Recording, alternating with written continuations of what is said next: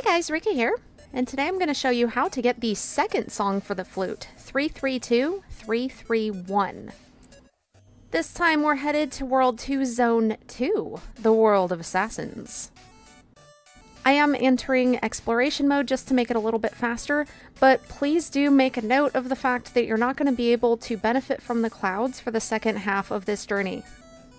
For those of you who are familiar with this level, you're headed toward the area where the Raccoon King is. This is the area that you have to get to from the Deadliest Pagoda, or the pagoda where you get the home instance cat.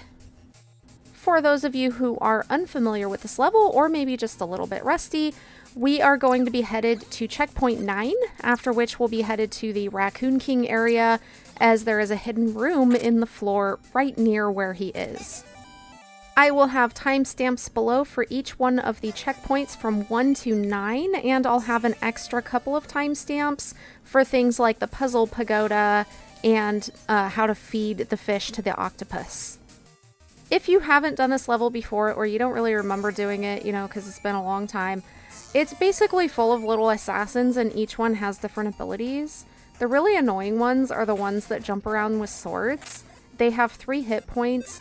And your best bet with them is to either use line of sight and try to stay far away from their sword, or to use dodges. The Wikipedia page with the walkthrough for this level will be linked below. And in that walkthrough, it's going to call the jumpy sword ninjas the red ones, or the red assassins, and the ones with the ninja stars are going to be the white assassins.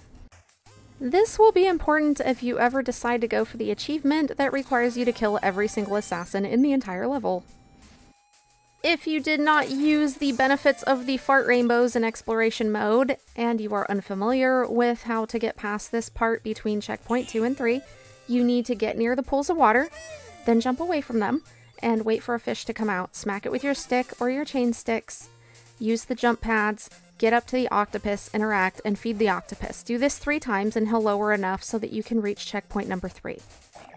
I will be demonstrating this process at a different point in the level after checkpoint number 6, if you'd like to skip to that and see how it's done. This part's pretty straightforward, just follow the fart rainbows, but after the next checkpoint we are going to be entering the first larger pagoda in the level, and there is going to be a sort of mini-boss in there. If you haven't done this before, defeating this mini-boss is how you get the Glove of Wisdom. The Glove of Wisdom is going to be required for a lot of different achievements, including the second half of this journey to get the second song. Alright, we've made it to checkpoint number 4, and this is very important. If you don't have the Glove of Wisdom, you need to defeat this mini-boss in order to obtain it. This guy's pretty easy because he spends about 3/4 of the time in block mode. So what you need to do is wait for him to lower his gigantic glove, and when he lowers it, he's going to start trying to kick blocks at you, but there are going to be spaces in between. In those spaces in between, smack him down with those chain sticks. I didn't show the full fight because it's basically a repetition of all of that, but if you'd like to see the full fight in a video by itself, let me know down in the comments. Once you have the Glove of Wisdom, anytime that you see a block or a piece of wood with that glove print on it, you are able to use your number 9 skill and bash it in. From here on out, we're going to be using it quite a bit. If you just wait a second before you bash in the piece of wood with the Glove of Wisdom, get close to it and start just swinging your chain sticks, and you'll kill the little assassins on the other side. I use this trick a lot, but of course this time I forgot to. At this checkpoint coming up, you're going to have to interact with a suspended log. It's hanging from a couple of ropes. You just need to use the Glove of Wisdom on it. It'll bash into a gong, and the gong will lower the bridge past the checkpoint so you can enter the pagoda. This pagoda is what they call the puzzle pagoda. A lot of people hate this one, and when I first tried this level, I absolutely despised it and did everything I could to bypass it. So I'm going to be showing you exactly how to get through it. Do not worry. There is also a diagram for the puzzle at the top in the wiki page, which is linked in the description. You can actually finish this level without doing the puzzle pagoda, but it is necessary to do this puzzle pagoda in order to get to where we're going for the song. This part's pretty simple. Just push the blocks on the side where it's showing the glove imprint until it no longer glows. Jump on top of it and jump over the dart traps in the doorways. Once you get past this particular block and dart trap, you're going to run down the hallway and use a trampoline. It's very important that you jump in the right direction once you use the trampoline because you can be caught by a dart trap if you go the wrong way. Feel free to rewind this as many times as you need to. I did put a timestamp for this particular part, not just for the checkpoint, so that you can easily go back if you need to and get the order right. You'll see the dart traps on the pillars on the sides. You're trying to block those with the large blocks so that you can use the trampoline in the very center. If you're really struggling with this part, I strongly recommend using Blish HUD with pathing. I'll put the link down below in the description. It shows you exactly the path to take and which blocks to hit. All of my blocks are in place, but it is important that I run toward the middle from the right direction. Be prepared to dodge up here as you do have a few enemies, and if you die, you kind of have to go through that little puzzle again and get to the trampoline, which can be a little bit annoying. And after we finish the puzzle pagoda, we are now on our own. We no longer have the cushy fart rainbows to shelter us and make things easier. These are the purple assassins. They are much easier to take out if you have some extra baubles, as you can just throw some bombs in their faces and let them explode. Otherwise, you can just run right up to them and get knocked down repeatedly like I did. One of these guys is on each of these platforms, so you can be aware before you get there if you'd like to just throw some bombs and make your life easier. Also be aware of the flying piranhas. They're not friendly. Seriously though, out of all of the assassins in this level, I think these guys have the best noises when they're fighting.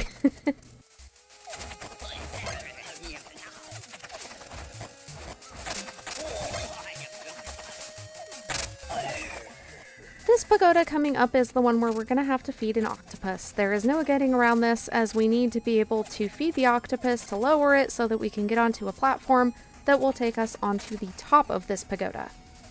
Definitely take out all of the assassins so they won't be interrupting anything, but for the love of God, do not go into the first level of the pagoda. There is absolutely no point. Before I knew about the glory that is taco markers and Blish HUD, I went through that first level and I hated my life. You will be getting fish from this first level, but it is not necessary to go inside. You can actually stand at doorways and they will fly at you and try to kill your face. I'm just going through these other levels to kill all of the assassins first because it's very annoying when they try to attack you when you're trying to feed the octopus. We've got one more level that has, I think, 3 or 4 assassins on it, and then we should be good to go. Of course, that requires using a trampoline without the intention of putting your head through a ceiling. And it is such a good thing that in the exploration mode, you get so much food from defeating the enemies, because I would have died so many times without that. Okay, it looks like the coast is clear, so we're going to go back down to the first level where we jumped up on the clouds. And we're going to find one of the doorways near there and get ourselves a fish. So the trick is to kind of run into the doorway a little bit and then run back out and wait in between the two. When the fish flies out trying to murder your face, let it land on the deck and then smack it. When you smack it, you're going to pick it up. As you've probably noticed, I dropped the fish a couple of times. That's because if you hold it for too long, it will wake up again and try to murder your face. So you need to drop it and club it in the head again so it's nice and stunned.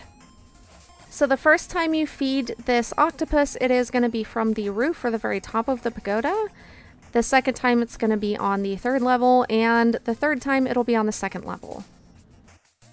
My rule for the fish is that I don't hold it for longer than 3 seconds without dropping it and then re-smacking it like a caveman. This is really important if you would like to get yourself the home instance cat from this festival.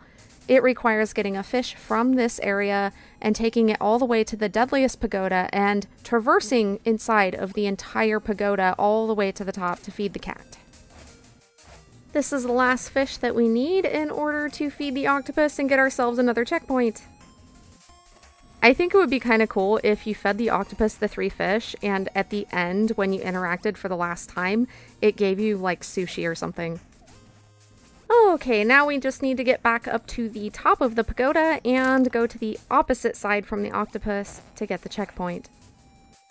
If you haven't done this next part before, I would strongly suggest that you take a break beforehand, get yourself something to drink, maybe just take a couple of minutes to get up, stretch, and do some deep breathing. It really does get a lot easier the more you do this. My first year, I tried to get the home instance cat for, I think it was like 8 hours one day, and I finally just gave up and decided I couldn't do it again until the next year. When I tried it again the next year, which was last year, it was so easy. I actually got it in, I think it was 40 minutes. It wasn't bad at all. So all jokes aside, it really is doable, but don't push yourself too hard because it's just going to take some practice. With these pillars, the hardest part for me to begin with was these dark ones. It's not just that they're dark and kind of hard to see. I switched around my contrast and stuff so I could see them a little bit better, but also that they're actually going up. So the way that you're jumping is a little bit different, of course, than when you're going down. Of course, taking out all of the assassins as usual so they don't interrupt my fun. And with the trampoline, you want to get up to the 3rd level, not the 2nd level. I only fell to my death once this time. The first time I did this, I don't even know how many times. I think it was like 12 times that I fell to my death trying to jump from the pagoda onto the tree. If you try this from the 3rd level though, as you can see here, it's so much easier to jump to the tree than it is from the 2nd level. Did you see that ninja star just go straight through the freaking building? I want ninja stars like that. This next room is full of sucky frogs and dart traps. Don't just run in there willy-nilly. After you bomb the heck out of this building, go ahead and run in and stay on the left-hand side to avoid the dart traps. Do not be tempted by baubles. The baubles are a lie. If you need a nice turkey leg, you can be very careful and grab it the way that I did, but if you go any further, you are going to be in danger of dart traps. Finally, here we are at the last checkpoint for this video, checkpoint 9. As usual, I do like to take out the assassins just so they won't be bothering me if, say, I have to come back to this checkpoint because I fell to my death once again. If you haven't yet obtained the chain sticks, the hidden room where you can buy them is actually right after this checkpoint. I will link my video for the chain sticks in the description. But for our purposes here, we are going to go toward the area where the Raccoon King resides, which is inside of a maze on the edge of the map. We need to use these trees on these hills in order to get to higher areas on the pagoda, as our goal is to reach the top of the pagoda. Take your time with these harder jumps. It is kind of a tedious way back if you fall. The ones I used to have the most trouble with are actually the ones that you do on these little, I don't know what you would call these things on the edges, banisters, I guess? And that is why I prefer to do jumping puzzles and Super Adventure Box with an Asura. These clouds will get us to the roof, and then we just have to run across and jump onto a hill. And do be careful when you're jumping on the clouds. It's happened to me several times where I jump, but it's almost like she jumped forward before she jumped up enough, and she kind of hit the edge of a cloud and just got knocked into oblivion. This jump is a longer one. It is really easy to miss, and if you don't know how to dodge jump yet, just take your time with it. From here, a flower launch, and then running along the ledge there until you see some hillbillies who are very angry that you've interrupted their moonshine operation. You don't have to kill the hillbillies. You can just hug the right wall and they won't aggro. At least they didn't the last time I tried it. But I do find it really funny how they just get so angry and start jumping around and firing like fully automatic weapons. And now on into the maze. If you haven't fought the Raccoon King before, he's just basically like the bee, but more of a pain in the butt. You can follow the raccoons just like you would follow the bees in order to find their home. You don't have to fight the Raccoon King for this. He's just near where we're going.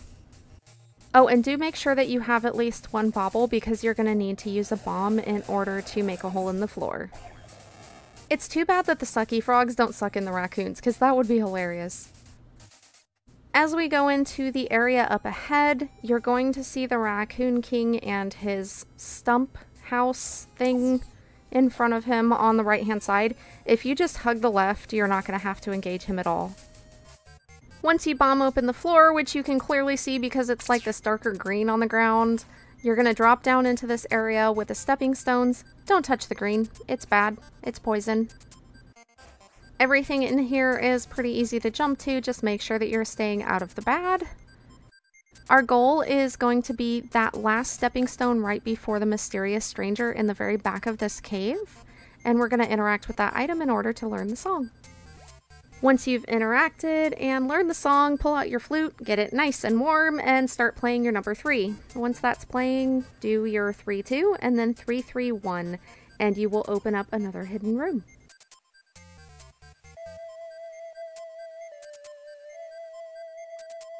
Grab that bauble in the hidden room, and you have found hidden rooms 8 and 9 for the Pain Cliffs. As always, thank you for watching, and stay tuned for song number 3.